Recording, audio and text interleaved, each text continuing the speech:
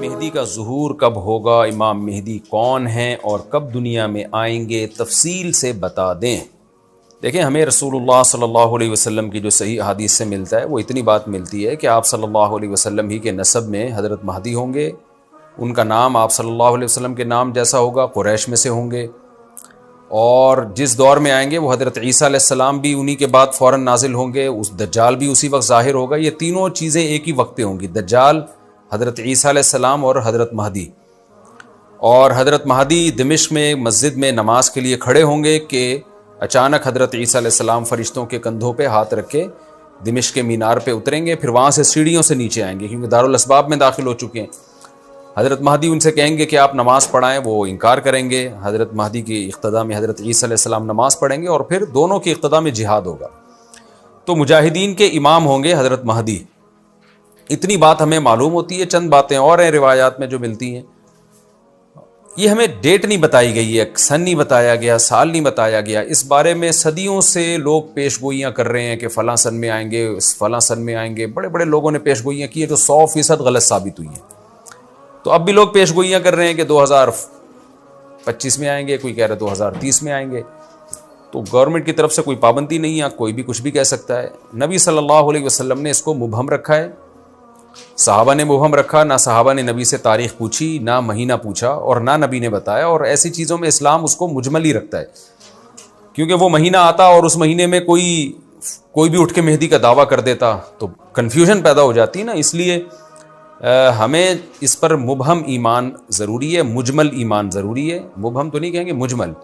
مجمل کا مطلب تفصیل ہمیں معلوم نہیں ہے، بس ہمیں پتہ ہے کہ ایک وقت آنے والا ہے قرب قیامت میں کہ حدیث میں آتا ہے خراسان سے ایک لشکر اٹھے گا اور اللہ اس کو فتح عطا فرمائیں گے۔ حدیث میں آتا ہے کہ مجاہدین لڑیں گے اور اتنی بڑی جنگ ہوگی کہ آپ صلی اللہ علیہ وسلم نے فرمایا کہ 1/3 مجاہدین اس میں جو لڑنے والے ہوں گے وہ شہید ہو جائیں گے، جو اس وقت کے سب سے افضل ترین شہداء ہوں گے، اور 1/3 مجاہدین وہ ہوں گے جو لڑائی کی شدت اور سختی کی وجہ سے میدان چھوڑ کے بھاگ جائیں گے۔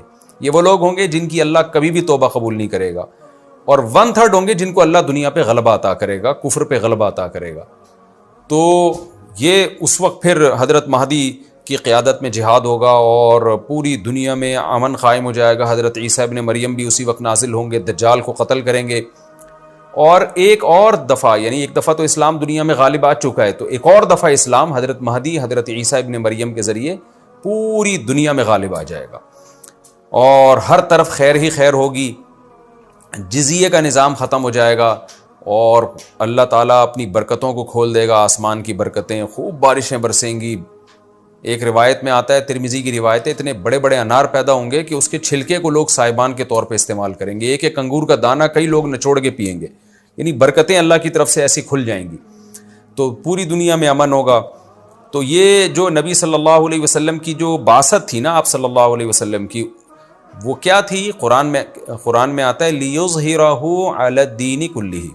آپ صلی اللہ علیہ وسلم کو دنیا میں اس لیے بھیجا گیا تاکہ آپ دین کو پوری دنیا میں غالب کر دیں۔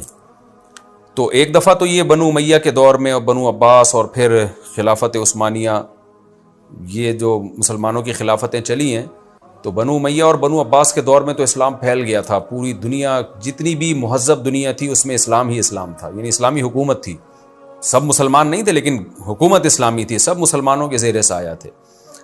تو اللہ تعالیٰ اب پوری دنیا میں کیفیت کے لحاظ سے، کمیت کے لحاظ سے، کوانٹٹی کوالٹی دونوں لحاظ سے اسلام کو دنیا میں غالب کرے گا۔ اس کے لیے اللہ نے حضرت مہدی اور حضرت عیسیٰ ابن مریم کا انتخاب کیا ہے۔ اتنا ہمارا ایمان ہے۔ اب کیا ہوتا ہے کہ ہر تھوڑے دن میں کوئی مہدی اٹھ کے دعویٰ شروع کر دیتا ہے، اور تو امام مہدی سب سے پہلی بات یہ مجاہد ہوں گے، بڑی اہم ترین بات یہ ہے، اور انہی کے دور میں حضرت عیسیٰ ابن مریم بھی نازل ہوں گے، تو اور دجال بھی ظاہر ہوگا۔ تو اس لیے یہ تینوں چیزیں ایک ساتھ ہیں، اس لیے ان کو پہچاننے میں اہل اسلام کو دشواری نہیں ہوگی۔ حضرت مہدی کو تو لوگ خود تلاش کریں گے، ان کی علامتوں میں سے یہ بھی ہے، وہ دعویٰ نہیں کریں گے، لوگ اہل اللہ، بزرگان دین، علماء ان کو خود تلاش کریں گے۔ آج لوگ خود دعویٰ کر رہے ہوتے ہیں حضرت مہدی ہیں، میں حضرت مہدی ہوں، تو وہ دعویٰ جو کرے گا اس کا مطلب وہ تو ہو ہی نہیں سکتا۔ تو اس لیے ہمیں اس ٹاپک کو ختم کر دینا چاہیے اس سینس میں کہ اس سینس میں ختم کر دینا چاہیے کہ جو دعوے کر رہے ہیں نا کہ کل آ رہے ہیں، پرسوں آ رہے ہیں، فلاں سن میں آ رہے ہیں، اس سینس میں اس ٹاپک کو ہمیں ختم کر دینا چاہیے. ہاں جتنا احادیث میں ہے اس کو بیان کرنا چاہیے. اور جو لوگ بھی خلاف سنت ہوتے ہیں وہ تو حضرت مہدی ہو ہی نہیں سکتے. آج تو مہدی ہونے کا دعویٰ ایسے ایسے پاگل فضول قسم کے لوگ کر رہے ہیں جو انسان ہونے کا دعویٰ کرنے سے پہلے ان کو سوچنا چاہیے کہ ہم انسان کے بچے بھی ہیں کہ نہیں. اچھا یہ بھی انہوں نے پوچھا ہے کہ کیا امام مہدی نبی ہوں گے؟ امام مہدی نبی ہوں گے یا صحابی؟ اس بارے میں وضاحت فرما دیں. نہ وہ نبی ہوں گے نہ صحابی ہوں گے، کیونکہ صحابی تو وہ ہوتے ہیں جنہوں نے اسی زندگی میں آپ صلی اللہ علیہ وسلم کو ایمان کی حالت میں دیکھا ہو. حضرت مہدی اور نبی کا زمانہ تو صدیوں کا فاصلہ ہے اس کے درمیان، تو نہ تو نبی ہوں گے نہ صحابی ہوں گے. نیک ہوں گے، بزرگ ہوں گے، بس مہدی کا معنی ہدایت یافتہ، سیدھے راستے پر ہوں گے.